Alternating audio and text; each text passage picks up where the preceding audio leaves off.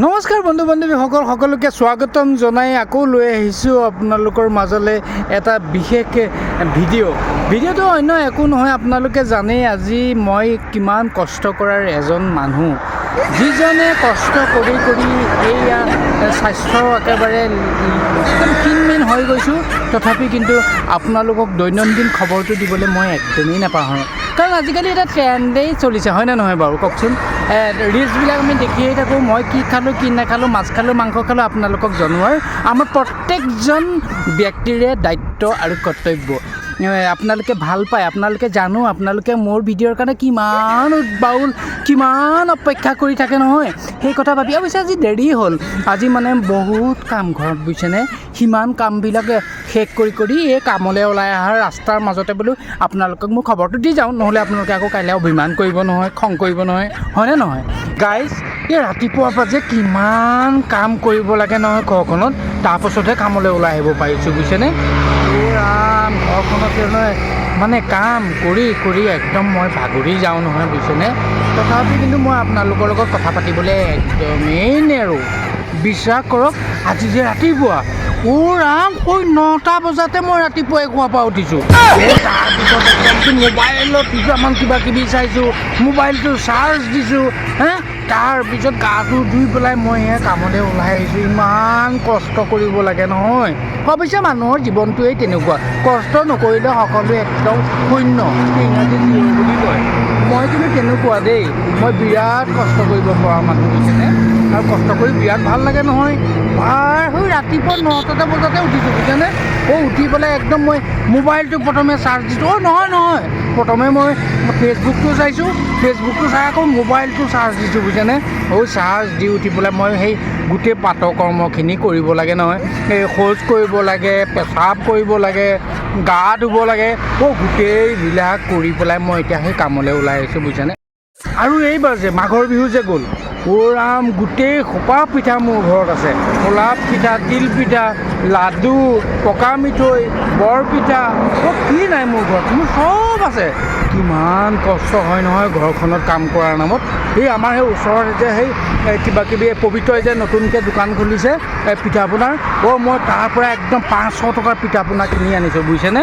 সেয়াই মই আলহীক সুধিবলগীয়া হৈছে। কিমান যে কষ্ট কৰোঁ নহয় মই এই ক্ষীণমীন মানুহটো, আৰু কিমান কষ্ট কৰিম কওক। কিন্তু মই আপোনালোকক সকলো কথা জনাই যাম দেই,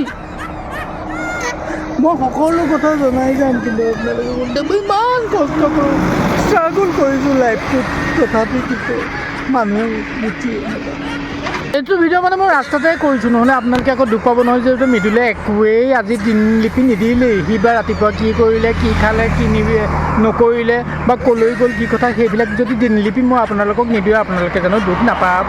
ৰিলচত যে আমি এনেকুৱা মানুহ নহয়, আপোনালোকে বেয়া পায় বুলি আমি শিখৰ মুখত বাকী দিয়া কথাটো দেখুৱাবলৈ আমি আফচোচেই নকৰোঁ, দেখুৱাই দিওঁ যে এই মুহূৰ্তত মই শিখৰহে খাই আছোঁ, মই কেপি গোলহে খাই আছোঁ।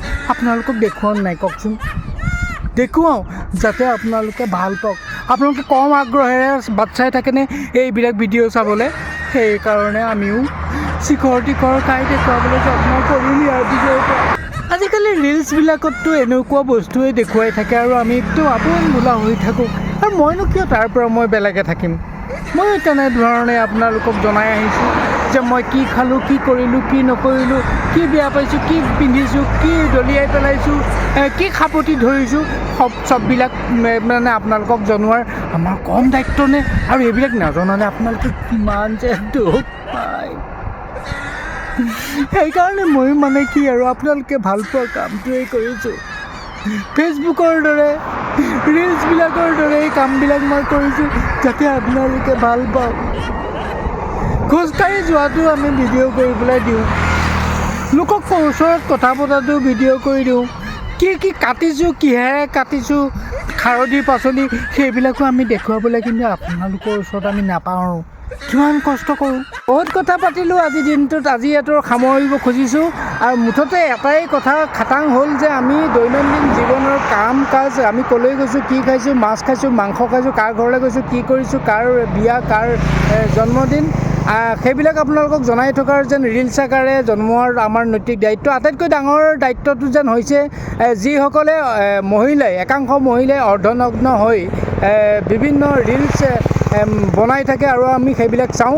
আৰু সেই অৰ্ধনগ্ন আমাৰ সমাজ কলুষিত কৰা সেই মহিলাসকলক বা পুৰুষসকলে যিসকলে অশ্লীল শব্দৰে ভিডিঅ' বনাই আছে, তেওঁলোকক আমি যেন শ্বেয়াৰৰ ওপৰত শ্বেয়াৰ কৰি বা কমেণ্ট কৰি তেওঁলোকক আগবঢ়াই নিয়াৰ যেন নৈতিক দায়িত্ব, সেনে এটা প্ৰৱণতাৰ গাৰ কৰি উঠিছে আজিৰ বাতাবৰণত।